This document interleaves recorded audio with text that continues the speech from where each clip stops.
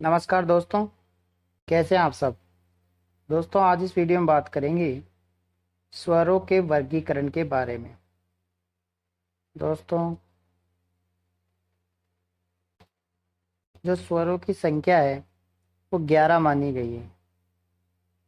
11 स्वर कौन कौन से हैं?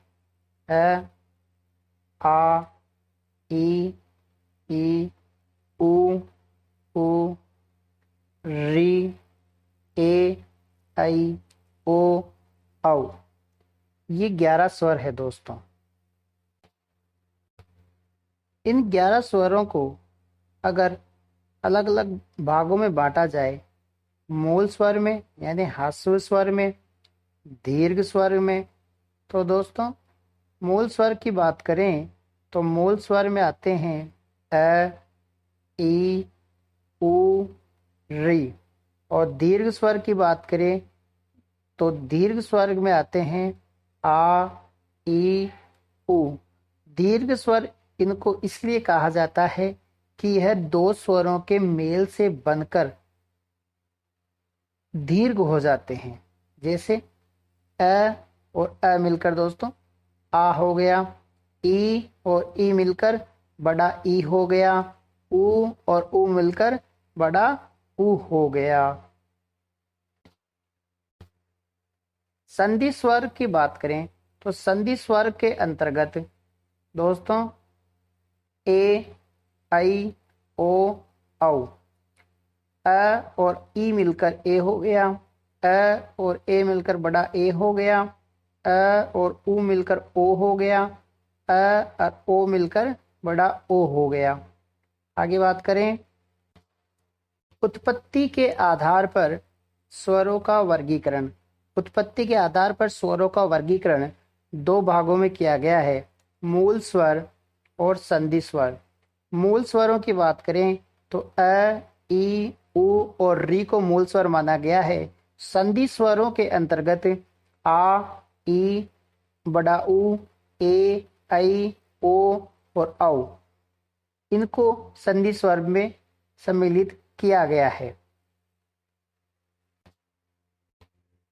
होठों की आकृति के आधार पर अगर स्वरों के वर्गीकरण की बात करें तो वर्ताकार और अवृत्ताकार, ये दो भागों में होठों की आकृति के आधार पर स्वरों को बांटा गया है। वर्ताकार की बात करें उ, औ, ओ, औ।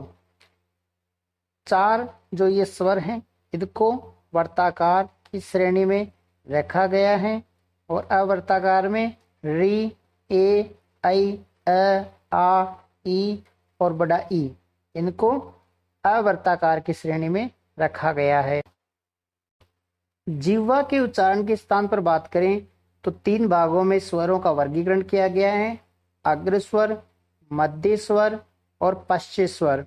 अग्र स्वर में ई, री, ए, ऐ को सम्मिलित किया गया है और मध्य स्वर में अ को सम्मिलित किया गया है। दोस्तों, पश्च स्वरों की बात करें तो पश्च स्वर में 5 स्वरों को वर्गीकृत किया गया है, सम्मिलित किया गया है। वो कौन कौन से हैं? वो है आ है, उ, ओ, औ।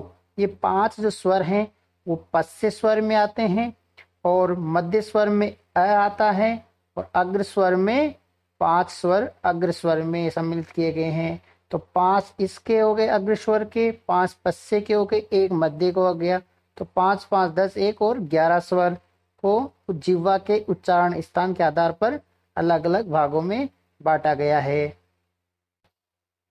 अगर मुखाकृति के आधार पर बात करें तो मुख आकृति के आधार पर स्वरों का वर्गीकरण 4 भागों में किया गया है, विवृत स्वर, अर्धविवृत स्वर, संवृत स्वर और अर्ध संवृत स्वर। विवृत स्वरों में मुंह थोड़ा खुला रहता है दोस्तों, और इसके अंतर्गत कौन सा स्वर आता है? वो आता है आ विवृत स्वर में सम्मिलित किया गया है। अर्धविवृत स्वर की बात करें तो इसमें मुख द्वार आधा खुला रहता है। अर्धविवृत में 3 स्वरों को सम्मिलित किया गया है। वो कौन कौन से हैं? वो हैं अ है, ए है और बड़ा ओ है। अगर बात करें संवृत स्वर की तो संवृत स्वर में 5 स्वरों को सम्मिलित किया गया है, ई, उ और री। 5 स्वरों को इसमें सम्मिलित किया गया है। अगर आगे बात करें अर्धस्वरत स्वर की, तो अर्धस्वरत स्वर में 2 स्वरों को सम्मिलित किया गया है। कौन कौन से? ए और ओ को, ए और ओ को इसमें सम्मिलित किया गया है। तो मुखाकृति के आधार पर स्वरों का वर्गीकरण कितने भागों में किया गया है? 4 भागों में मुखाकृति के आधार पर स्वरों का वर्गीकरण किया गया है। उच्चारण में लगने वाले समय के आधार पर स्वरों का वर्गीकरण 2 भागों में किया गया है, ह्रस्व स्वर और दीर्घ स्वर। ह्रस्व स्वर और दीर्घ स्वर। ह्रस्व स्वरों की बात करें तो ह्रस्व स्वर दोस्तों 4 हैं, अ है, ई, उ और री। ह्रस्व स्वर की संख्या कितनी है? 4।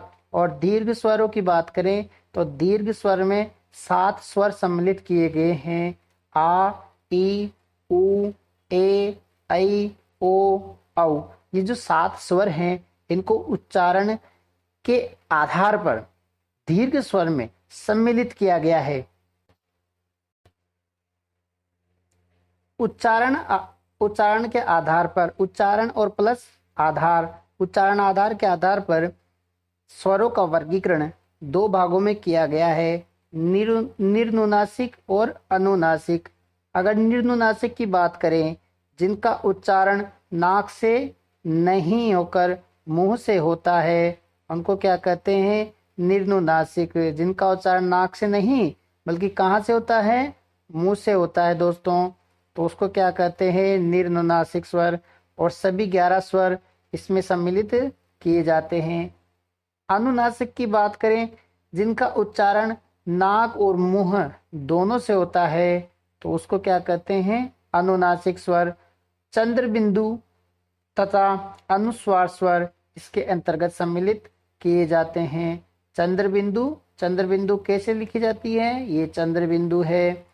और अनुस्वार कैसे लिखा जाता है? ये अनुस्वार है, ये अनुस्वार का चिन्ह है, अनुस्वार ऐसे लिखा जाता है।